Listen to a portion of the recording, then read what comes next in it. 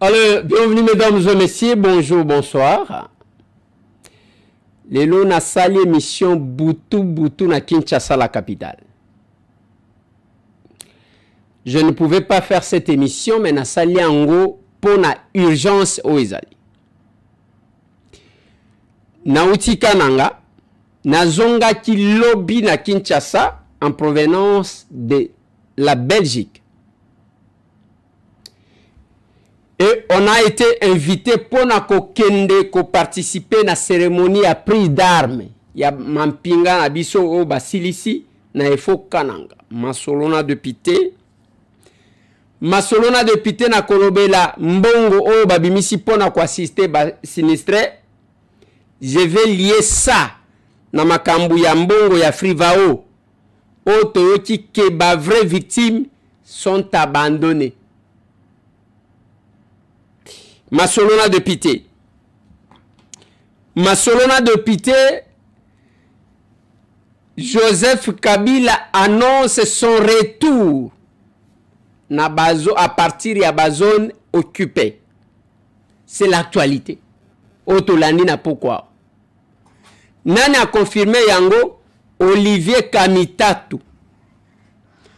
Olivier Kamitatu azanani porte-parole ya Moïse Katumbi Chapwe, ancien président de l'Assemblée nationale, ancien haut cadre, il y a MLC. Voilà. Je vais parler de ça. Je vais parler de ça. Quelques minutes, hein. Quelques minutes. Quelques minutes, Tolobi. Allez, Tolobi, Tokabouane. Je vais parler de la situation à Kavumu. L'aéroport de Kavumu vidé. Des militaires, il y a M23, Naba Rwandais, Bakini ou bien sa stratégie. Je vais vous mettre quelques audios, puis je commente après Tokabouanit. Alors, Baki Nabino stress, Nabino, bote kelanga. Tension Nabino, nazo somba. Insomnie, bope sanga. Yango na lobi Nabino, tika ko balukaka, balukaka, yo zalaka, zalaka, awa. Pour le kolanda masolona de pité. Tokomi wapi télévision, ou bien Ndeko Eliezer Tokokoma na YouTube. Obeti Ndeko Eliezer Tokokoma. Okolongo la stress, okolongo la insomnie, okolongo la tension, pour mboka na yo, parce que pour le moment, au moins les vrais Congolais, bazana attitude mokoboy. Bakuya kuya bazana ya bango. Voilà, je vais parler de ça. Bande konangai, nazo bandana bisika tokendaki. Je suis rentré hier de Bruxelles. Les lois na 4 heures du matin chez moi. Na jupe pour na ke kananga. Pour na ko participer na cérémonie à prise d'armes. Pourquoi je ne pouvais pas manquer ça? Il faut encourager ba jeune nabiso, mampinga nabiso, o ba koti ko bundela mboka nabiso. On dit, ou je vous ai dit, qui veut la paix prépare la guerre. La guerre, on la prépare, on ne l'improvise pas. Voilà pourquoi agitation. Mais Kouta Moutazolo ba français, mais Azolo ba makambo, lui-même ne comprend pas tellement que ba prenabiso commémorisé n'a qu'au réciter. Qui veut la paix prépare la guerre. Et c'est difficile de comprendre ça. Toke kuna cérémonie l'équipe bien notre descente. Canon, Batoubayambi Bisso. Bravo, on avait PM, il y a défense. L'honorable Guy Mouadjanvi Takabombo. Pour nous avoir sélectionné, Tokendaki presque 60 députés nationaux. Qui ont participé à l'événement One. Honorer nos militaires. Nazo Ebi Sabino. Posa kosala musala soda. Ouais. Posa ya kosala musala soda. Posa kosala musala soda pambate tomoni bilenge wana. La détermination.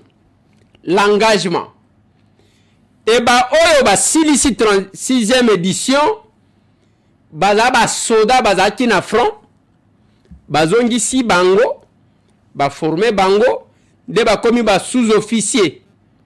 ndenge bazobima wana avec la détermination de défendre leur pays.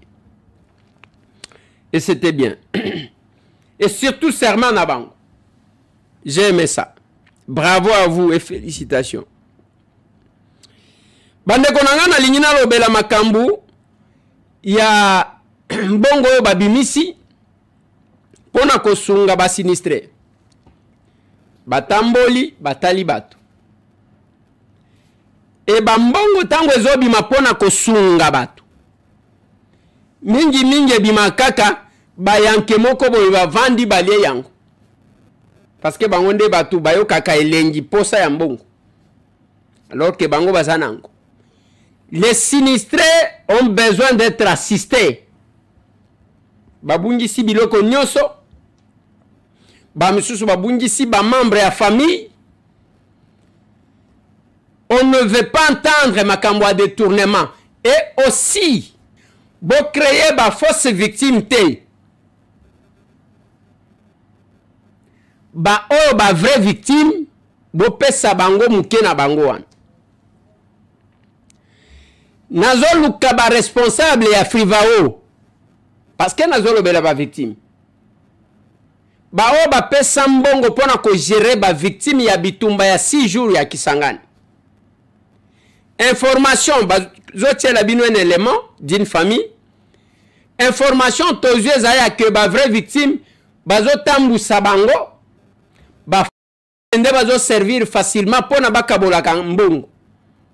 J'ai tenté d'appeler le DG na PCA ya Frivao nazui mutute. Je ne vais pas trop commenter ici parce que nazana ba élément nyo sauté, ce qui zaya solo, ce qui zaya lokut. Mais la famille, l'une des familles, bazawa na bango moko bazoloba. Mbela la kobete ezali makambo ezoleka awa na Kisangani na Frivao ezali makambo ya Sony ndeko sango. En tout cas, sport oyo tozofana na télévision na RTNC, News bazola sa sport ya Genocoste na Fonaref makambo obana na Kinshasa le 31 mars au le 3 avril. Mais oh ba osala na tobo iteza table ronde ba vraie victime de bango yo. Babengi sa ba vraie victime ba ya ba lubare solo ya makambo eza koleka na Kisangani awa. Comment se fait-il que bateau bakufeli bateau ebele na mbala moko baza ko négliger bango kana bango baza ko zwango sérieuté baza ka koloba kita mata bozonga bo mata kita mata kana musique spéciale ata un rond ba pesité mais bateau baza ba kaya ba perte de bien ba opesa $2000 et facilement muto ko fele mutu moko blessé $2000 ba facilement. Mais ndeko ya mwasi o mususu o ba pour les président qui a bazui akufela ki bateau belé na libotani ba pesa mbongo ya suri ya 8 personnes. Différence ni ezali na famille ya Petit Bois Ochudi na famille Kaninda o bakufeli bana 5. Siko injustice yango ya ndenge nini o tango ke ministre ya justice ya zo ministre ya justice ya bike azali ko prôner justice mais toza ko mona injustice. Pour coordonnateur makambo zo sala ezali humiliant. Eza makambo ya Sony batu bazo ko ya ko mata ko kita poko mobelo. Batu bakufeli bate belé bazana douleur na mutema. Siko tango famille wana zo ya bana douleur bongo. Ba monike mutu azali kana kaya blessé boy. Mutu azali na perte de ba pesa $2000 facilement. Mais batu bakufeli bate belé bozotala go tenir compte na bango te koloba ke bato bakufeli bate belé opesa bango $2000 ezali ko saboter bibemba bato po ete nzambe moko lobi pema nini l'âme ya mutu ezali très cher ezama combien nzambe na psaume 49 batanga pe bible wa mona ngo ke molimo ya mutu ezali ya talo mingi epa ya miso ya nzambe yango toza kobeta mbele epa na président de la république baza kokosa o mingi baza kokosa mingi président lobi ombala mibale to mbala miso baza kokosa yo oyaki wana Kisangani pona mamba Frivao yone muto bundi po Uganda futa mbongo bando pesa batu mbongo mais makamba mbongo ya Uganda bandi déjà na buso babo bongo siko le Rwanda ko fute kozala ndenge nini eza Sony makambo soki bata Uganda bayoki makambo soki bata EAC bayoki makambo bata CPI makambo salama batu bakufeli batebele bazo ata infronté coordonnateur azaka bo mata bo kita. Ça ko tenir compte abatu maman otozali maman Petit Bois santé maman eza sou bien te maman jour wana na Frivao to question maman tension matiye famille Kaninda obano ba uti Kisanga ba uti bunya pona makam papa na bango oyo azaki victime auto kufela bana traumatisé na vie na mobimba auto kufa kala mingi tatiki bipa mokil oyo so ko tenir na place bakundi ezana bakundi na kati ya Sainte Église pona kozanga ba moyen ba image ezali to kotinda ya bino bata bosolo bokomona siko bango bazo bakibopesa tu $2000 ane ko sala pas même kutu tombo ya kokuna moto moyo ya kufait bana mitano d'abord un toze sous na likambo ya kosenga susu ka mo côté Frivao partir à lelo tozo senga pa na yo président de la République tozo senga pa na yo son excellence Vital Kamerhe président Assemblée nationale tozosenga pas non maman Judith Sumwina tozosenga pas non son excellence Constant Mutamba biso tokomi kosenga ba famille oyo lokwa ba négliger biso tokufeli batebele coordonnateur na yo ya Fribourg ana Kisangani a saboter biso biso na valeur te biso siko tozosenga indemnisation complète bakopesa biso indemnisation complète nombre ya bato tokufeli fo bapesa biso mbongo bakopesa biso mbongo ya bakaya ba traumatisme ndeti ba oyo nyonso oyo baza ba traumatiser ya guerre mutu ezala susu bien te bakopesa mbongo ya perte ya bien bakofuta bandako na biso to soki baboyi kofuta likambo oyo boye tokokena likambo oyo to denosango na EAC eko mati na Uganda même l'ambassade Uganda tolobela yango na CPI po tofandi kimia mingi tomikitisi mais tomoni ke le couteau le kimakasi comment se fait-il lier Constant Mutamba ye coordonnateur aza koloba na biso ake o pona pesa bino mbongo son excellence Constant Mutamba ne mtalobi ke gozela ye mtako pesa ordre mais yaza ministre de justice aza ko prôner justice aza ko landela baka ebele tozomona ke azo sala musala be po justice matala mboka mais justice asolo ezali yangoyo défendre cause ba victime ba kupeli ba tebele ndeni owele mutu azwi kaka perte de bien aussi opesi ye ndenge nini bosi famille ya mama wana ochudi bosi bopesi mbongo complète parce que bao mibale batikali baza batu te baza bakongole te to famille one mutu esengaki Uganda na Rwanda babanda bitumba awa wapo batu na bakufa yango likambo oyo tozosenga pa na bakonzi conférence au qui table ronde bosala na centre culturel na Kinshasa ko banda le 31 mars ou le 3 mars et le 31 mars le 3 avril eza na sensité so bobengisi ba vraie victime te ba vraie victime bangoyo baya ba témoigner na bato ba kozala na ba table ronde bayoka solo ya makambo oyo ezali wana ezali ke bato bakota na kati ya salle babali ba français belé ko ba biloba loba po baleka ka ba mbongo ba séjour na bango ba perdre mba ozakuna aussi longtemps bato bakufeli ba tebele bazati lelo bo bazwi ata eloko moko te balelaka ntango nyonso bayaka na Fribourg bakofanda journée mobimba ko banda ntongo ti pourquoi le gars va passer comme ça là on le peut coordonnateur dans la morale ya bien ya kotala ke famille bazali toucher bakufela batebele na ba ninga ko solona bango azo ba ko solona batute asa ko famille o kufela batebele asa ko négliger bango muto a perte de bien ko yamba mbango na ba dossier makambe belezo sala ma ngana utikisa sanga zeli papa le kabana oyo biso ndo kufela grand frère mais Nzambe après tenga vina zonga kisasa. Et quand vous entendez malobana bango bazo se plaindre, est-ce qu'il faut que mais la même mbongo ya makila n'habite? Je viendrai commenter après. Nakoya kozonga après. Nakoya kozonga pe kolobela makambu ya Metrokin. Nakoya koloba nazoluka DG ya Metrokin. Pona to solola na ye poto ko kondima te que ba escroka kabiso kaka. Ezana dossier. Dans ce dossier, nazoluka DG ya Onatra nalobaki lisusu awa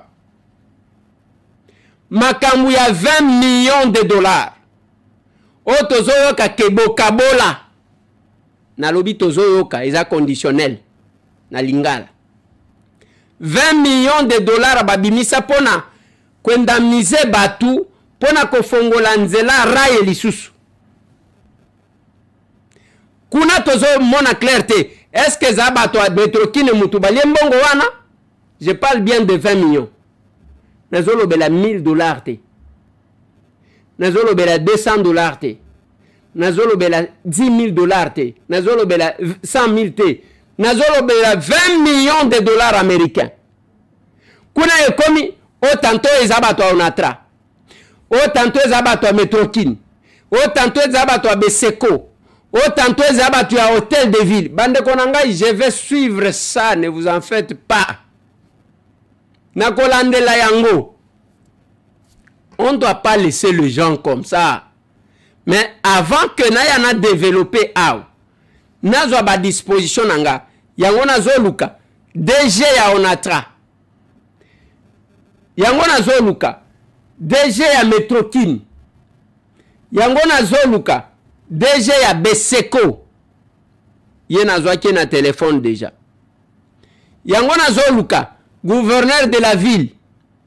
Nakoka tokoka ko comprendre les 20 millions de dollars l'État déboursa.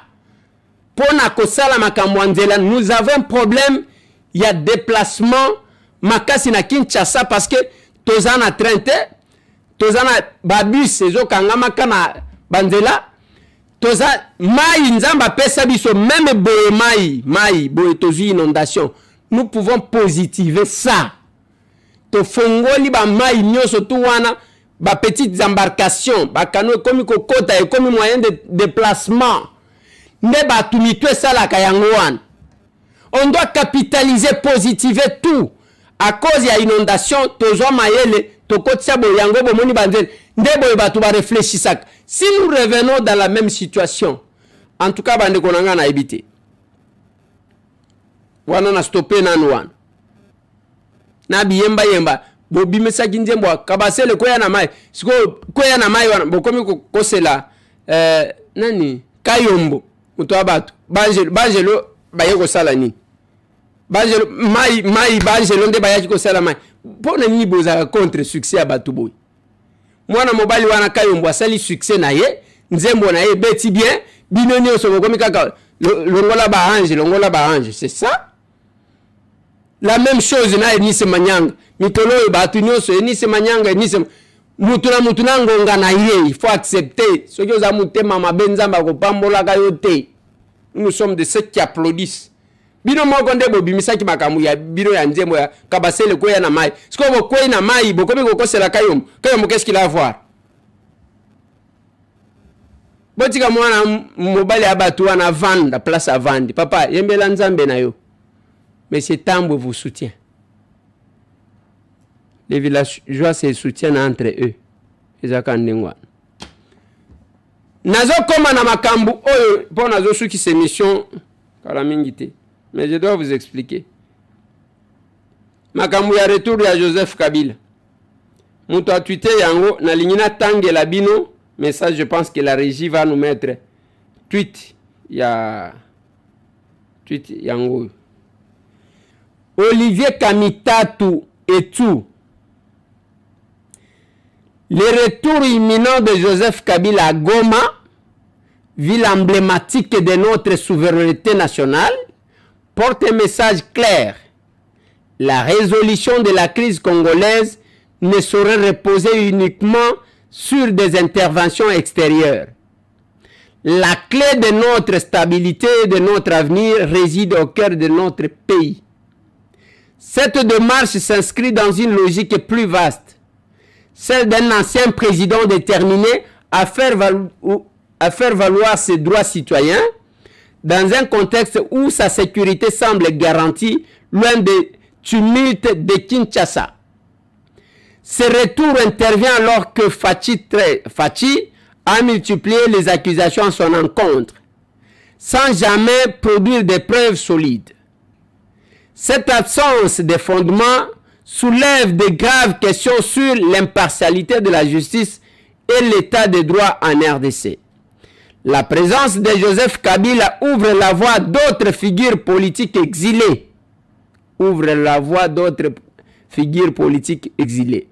Victimes de décisions arbitraires ou de faux procès de régime actuel. À ce jour, Kinshasa persiste obstinément à refuser le renouvellement des passeports de Moïse Katumbi et de moi-même. Une violation flagrante de nos droits fondamentaux et de notre liberté de circulation. Pendant ce temps, la situation dans la capitale se détériore. Arrestations arbitraires et harcèlement des opposants se multiplient, fragilisant la démocratie et menaçant l'intégrité même de notre nation. Face à cette dérive, il est urgent que les Congolais s'unissent pour exiger des droits équitables et un traitement juste pour tous. Le choix de Joseph Kabila de s'établir à l'Est, sous la protection d'une région contrôlée par la rébellion, n'est pas qu'un symbole, c'est un appel à repenser notre avenir collectif. Loin des dictats d'un pouvoir central en perte totale de légitimité. Qui a écrit ça? C'est Olivier Kamitatu et tout.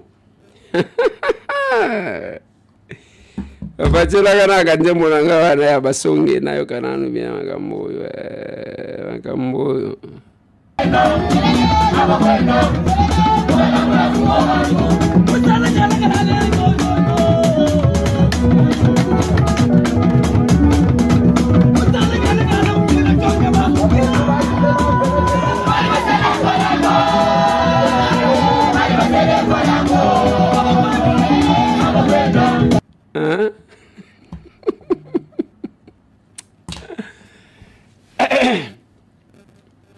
Bande konanga tweet wana bolandi ezaya Olivier Kamitatu, porte-parole à Moïse Katumbi Chapwe, l'ancien ministre, ancien président et Assemblée nationale au l'État Futaka Mbongo Tilelo, selon la loi portant statut des anciens chefs d'État et chefs de corps, Ndemuto a commis Makambo. Nazo Kendaka, je vais expliquer Nazo Kotsango na Lingala, après tout développer. Tangu Nazo Mona Makambo Aboui, je sens Nazo ka chair de poule. Pourquoi? D'abord Nazo Mituna. Muto Nazo Koma, Isaka Olivier Kamitatu, Tozaki convié, Tozaki Komona ke Azaki danger, Tangu Azalaki au perchoir de l'Assemblée nationale, ou bien Zamutu Moussous. Parce que ce que tu es Olivier Kamitatu, président de l'Assemblée, parce que je vais poser une question. Vous allez trouver deux personnes différentes.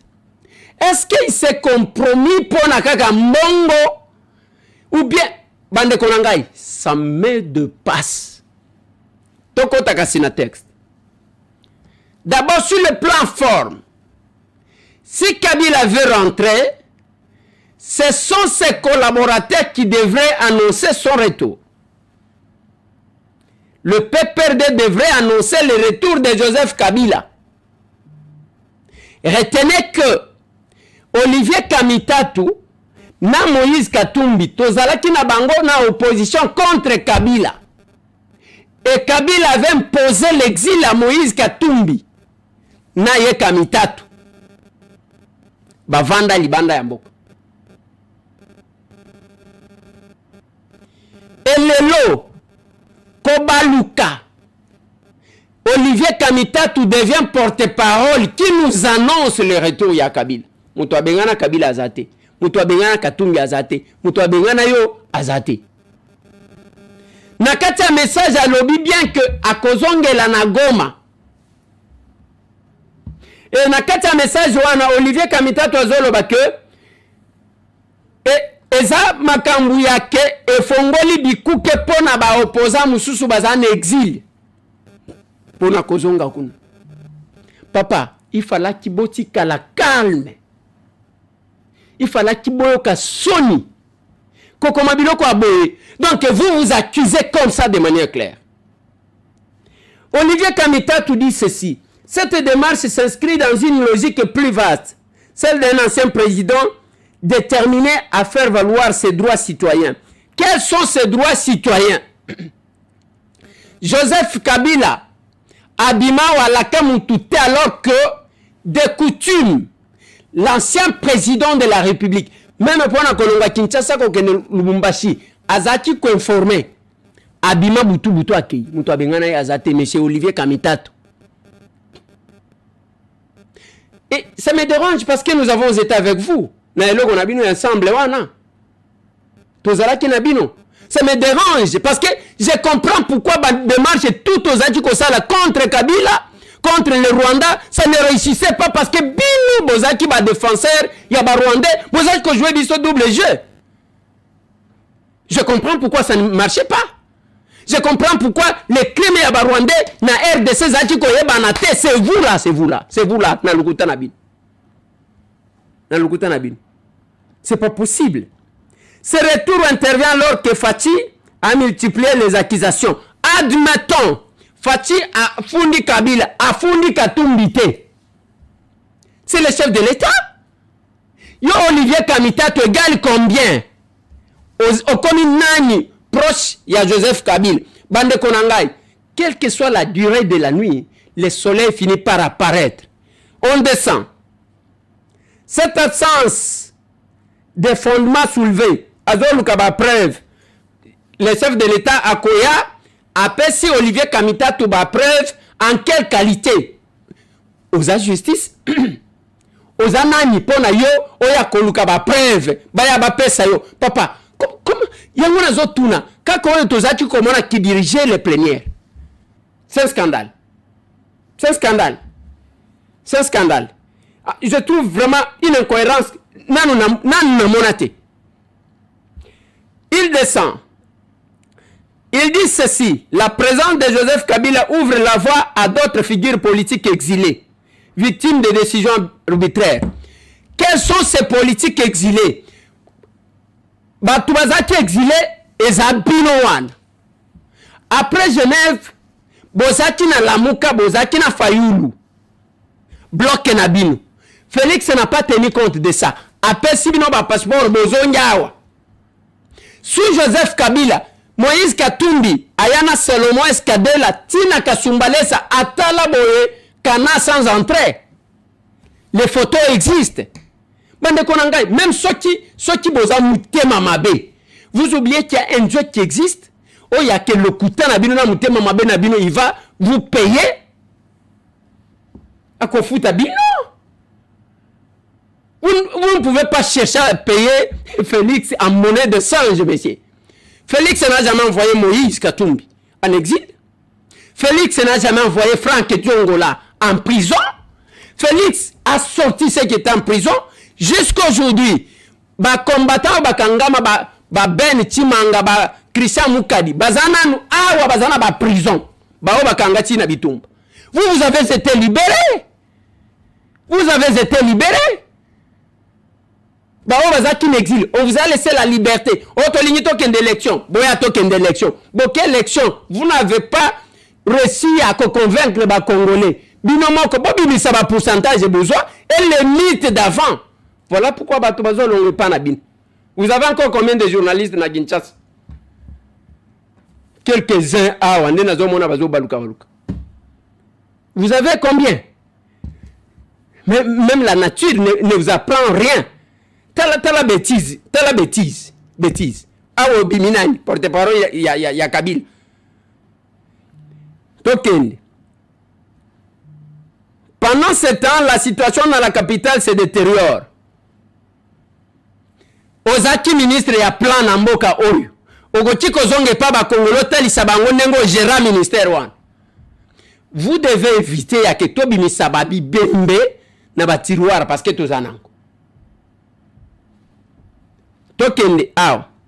Face à cette dérive, il est urgent que les Congolais s'unissent pour exiger bandeko. Nazo sukisa, na ligne sukisa émission parce que c'est pas possible. C'est pas possible. Na linga ki bateli bino ndenge batandeli bino tweet na yewa na bomona que ce n'est pas Monsieur Tambo. C'est Olivier Kamitatou. Tango zo mona, quel est l'objectif? Bande konangai. Boyaki ke batu bazolongwa Kavumu, bazotika Kavumu bazokende. Non, il y a un problème. Il y a un piège. Ne vous en faites pas. Ne croyez pas na eloko wan. Bazo créer diversion pour attaquer un autre côté. Quelle est la stratégie que je vais vous donner? Le retour de Kabila, ils apprennent à quoi tirer la sympathie des Katangais parce qu'ils veulent attaquer les Katanga. Yango bomana ki ba mukumadi pour attirer la sympathie à Batetela, na ba Franck Diongo bango bazu le devant pour quoi tirer sympathie à Batetela, ndenge basala ka sous RCD. Retenez que chaque fois qu'ils avançaient, bazaji ko bimisa mutu ya kwenwana. Babimisa ba wamba de wamba. Babimisa ba ondekane. Babimisa tous ces gens-là. Et c'est la même stratégie. Il y a que Babimisa bayoki ke Kabila ye, ya za Katange. Mutu akata Katanga, c'est Joseph Kabila. Gabriel Tchungwa Kumonza l'a dit. Même Koloba Katanga, vous allez parler à Katanga. Katanga même Bakare Minyewana, après ça Kagame sa part. Et aujourd'hui, Bande Konangai, Kagame les a imposés. Les a imposés que vous devez vous afficher. Même Bino Batozaki na Moulili. Vous allez voir Bamsou Bakobim. Olivier Kamitatou à l'Obiawat. Que ça ouvre la voie. Ce que nous attendons, c'est demain que Moïse Katumbi s'assume. Tout simplement. C'est ça que nous attendons. C'est ce que nous attendons. Tant que on continue à se contenter dans l'extérieur, bisona bino tozali ko tambola mikolo nyonso. Bon, aux États-Unis, qu'est-ce que vous êtes allé faire? Blanchir le Rwanda? Vous êtes au Canada, blanchir le Rwanda? Je viens de la Belgique, je sais ce que j'ai appris. J'ai posé la question sur le passeport de Moïse Katumbi. J'ai posé la question. L'ambassadeur de la RDC, Azawana, Akenda Batuni Balobi, Ozo Pimela Moïse, passeport. Alobi, botu na ye, ayan ambassade de mkoloni ko remplir ba formulaire ba boy. Batouana batal. Est-ce que ceux qui aye, ceux qui aye bokopes aye passeport, ceux qui aye à remplir tokotinda na Kinshasa ba kopese passeport. Omoni lo binge ya lokuta nenge suka. Bande konanga, je comprends pourquoi tout ce qu'on faisait dans l'opposition ne ressuscitait pas contre le Rwanda parce que les défenseurs, les frères lobbyistes et Rwandais, nous ne tombons pas d'être au service du Congo. Ces histoires resteront. Mais retenez, Bande Konanga, Bitumba Oyo, Tokolonga Yango, Petosi Tolongi Yango. Croyez-moi, on va gagner cette guerre. Jamais on ne parlait du Rwanda. Kagame a pleuré hier. Combien de chefs d'État bakena makamuna génocide? Tant on a organisé ma sport, combien? Moko Rwanda mto akendaki. Visite Rwanda comme moi. Bon, il en est fini.